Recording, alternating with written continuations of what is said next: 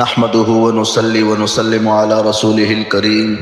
اما بعد بسم الله الرحمن الرحيم عن جابر بن عبد الله رضي الله تعالى عنهما عن النبي صلى الله عليه وسلم قال الناس معادن كمعادن الذهب والفضة فخيارهم في الجاهلية خيارهم في الإسلام اذا فقهوا رواہ احمد جلد نمبر 2 صفحہ نمبر 539۔ حضرت جابر بن عبداللہ رضی اللہ تعالی عنہما سے روایت ہے کہ رسول اللہ صلی اللہ علیہ وسلم نے ارشاد فرمایا، لوگ کانوں کی طرح ہے جس طرح سونے چاندی کی کانیں ہوتی ہے۔ جو لوگ اسلام لانے سے پہلے بہتر رہے وہ لوگ اسلام کے زمانے میں بھی بہتر ہیں جبکہ ان میں دین کی سمجھ ہو۔ اس حدیث شریف میں انسانوں کو کانوں کے ساتھ تشبیہ دی گئی ہے۔ جس طرح مختلف کانوں میں مختلف معدنیات ہوتی ہے، بعضی زیادہ قیمتی جیسے سونا چاندی، بعضی کم قیمتی جیسے چونا اور کوئلہ، اسی طرح مختلف انسانوں میں مختلف عادات و صفات ہوتی ہے جن کی وجہ سے بعض اونچے درجے کے ہوتے ہیں اور بعض کم درجے کے ہوتے ہیں۔ پھر جس طرح سونا چاندی جب تک کان میں پڑا رہتا ہے اس کی قیمت وہ نہیں جو کان سے نکلنے کے بعد ہوتی ہے، اسی طرح جب تک آدمی کفر کی ظلمت میں چھپا رہتا ہے، خواہ اس کے اندر کتنی ہی سخاوت ہو، کتنی ہی شجاعت ہو،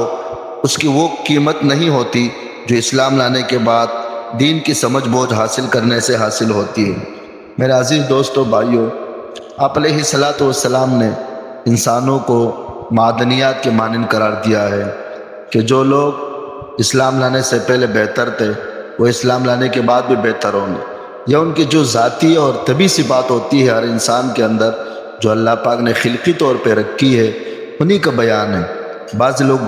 اعلیٰ صفات کے حامل ہوتے ہیں اور بعض لوگ کم صفات کے حامل ہوتے ہیں۔ تو جو اعلیٰ صفات کے حامل ہوتے ہیں وہ جس طرح کفر میں بھی تھے، ان کے اندر بہادری تھی، ان کے اندر شجاعت تھی، ان کے اندر سخاوت تھی، ان کے اندر اخلاق تھا، تو اسلام لانے کے بعد بھی ان کے اندر یہ عادات اور یہ صفات موجود رہتی ہے، اور جب دین کی سمجھ آ جاتی ہے تو اسی طرح پھر دینداری کی وجہ سے ان کے اس صفات کے اندر اور بھی نکھار آ جاتا ہے۔ حضرت عمر بن خطاب رضی اللہ تعالیٰ عنہ اور دیگر صحابہ اکرام ہمارے سامنے ان کی مثالیں